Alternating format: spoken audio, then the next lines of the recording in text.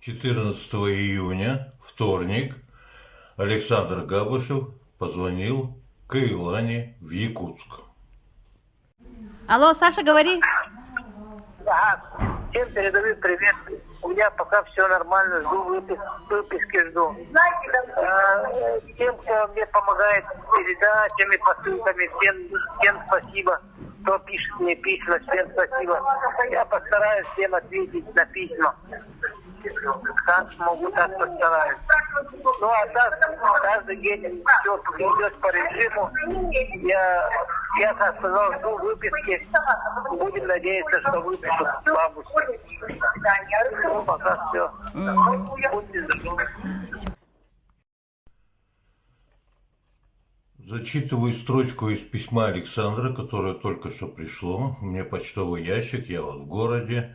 Зачитываю, он считает это важным.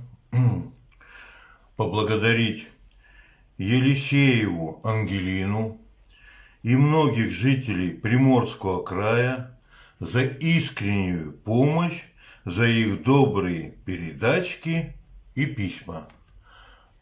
Спасибо и от меня, и от многих других сторонников Александра Габышева, вам, жители Приморского края, и Елисеева Ангелине лично.